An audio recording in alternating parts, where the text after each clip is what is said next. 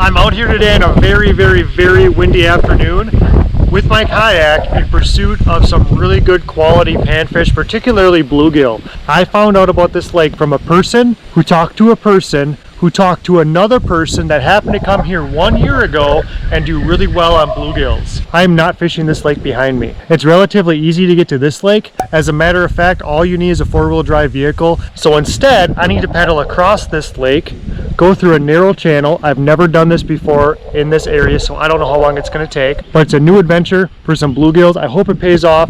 Stick with me, it's gonna be a good one. Well, I'm already at the first portage. I was expecting the portage to come later. You've got a downed tree over here. This is fairly common. You just have to go around it. Got a rope, I'm trying to pull this through. Anybody can go to those lakes with launch fees, boat traffic, jet skis, joyriders. I'll take this any day. It's part of the experience. All of the lake all to myself, definitely worth it.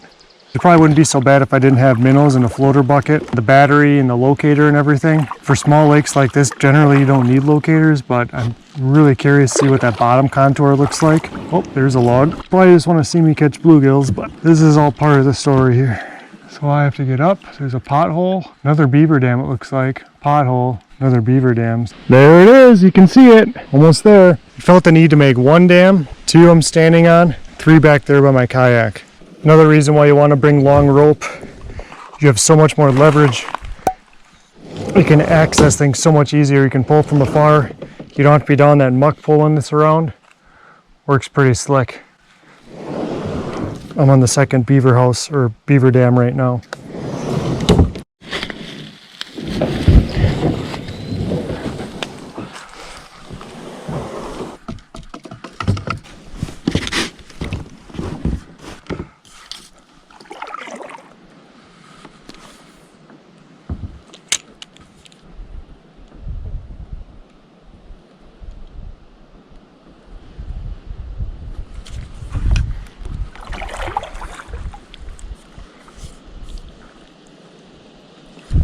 Got him. There we go. I was stopping to readjust the kayak so I could face the weeds better, hoping that I could still get some big ones. Look at this thing, turn the kayak around. What a beaut. This thing is nice. Real nice fish, you guys. Big beaut. This is nice no matter where you go. That's a good 8.5 incher. Male, you can tell by the longer ear. And it's starting to get that big dome on its head or whatever you call it. Just a big, beautiful fish.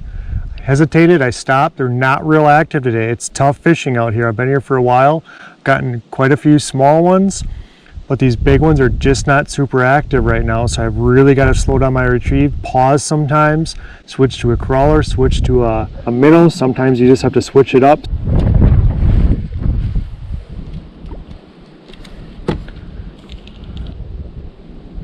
Here we go.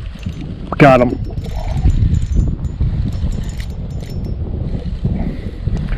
Whoa. Gosh, it's misleading, isn't it, with these fish? Oh, a nice one. Real nice gill here. Let me get the hook out and I'll show you. That hook is way down. I really wanted that one to have it, so I waited specifically so that could happen. Nice, very cool.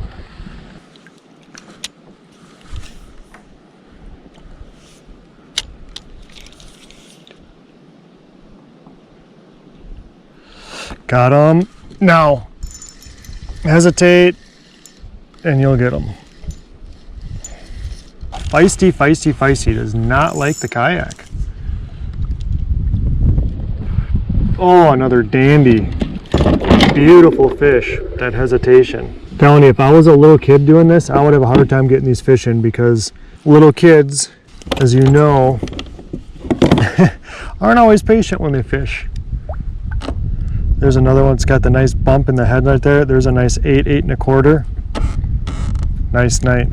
I'll take this with a little bit of work and portaging, lake to myself, big beautiful bluegills for a meal for my family, backwoods lake and a kayak any day over those busy great big lakes with boats everywhere. This is my kind of heaven on earth, I guess you could call it.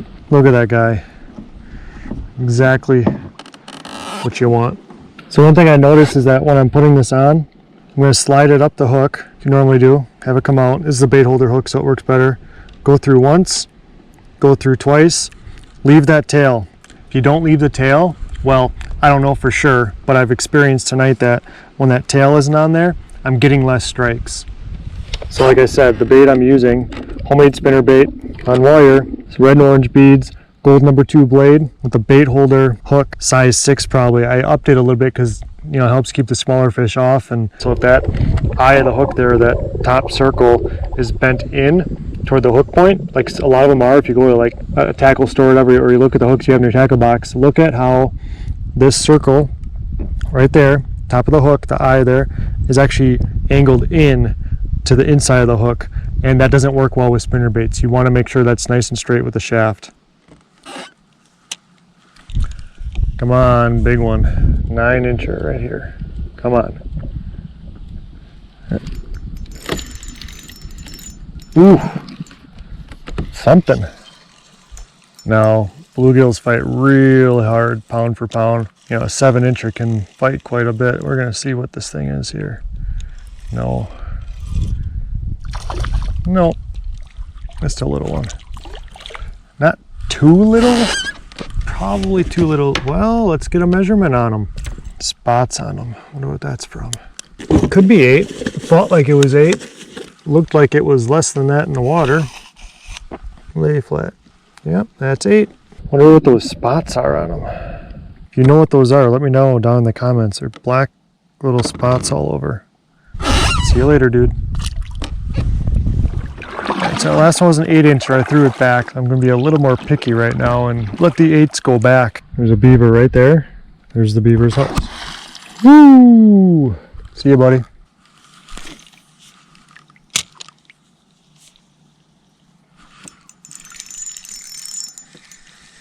What do we have here?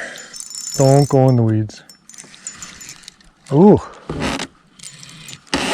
That's a nice one there. That's what we're after. Bluegills just like that. These things are a great size for a small lake.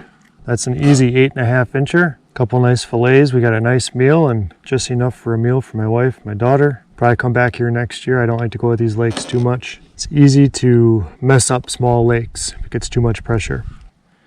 Beautiful 8.5, 9-inch gills, every single one. That's what we came here for. This lake did not disappoint. Spinnerbait fishing for panfish is a lot of fun. This is the bait I went with. If you'd like to learn more about spinnerbait fishing, I've got a whole nother video just on crappie fishing right here. Click that one and you'll learn how to use the spinnerbait and see me catch a lot of nice crappies on there, just like you saw me catch a lot of nice quality bluegills this evening. And over here, make sure you hit that subscribe button. Help to support the channel, help it grow. If you like this, if you like backwoods angling, if you like mobile angling out of a kayak, small boat, make sure you hit subscribe. I'll see you next time.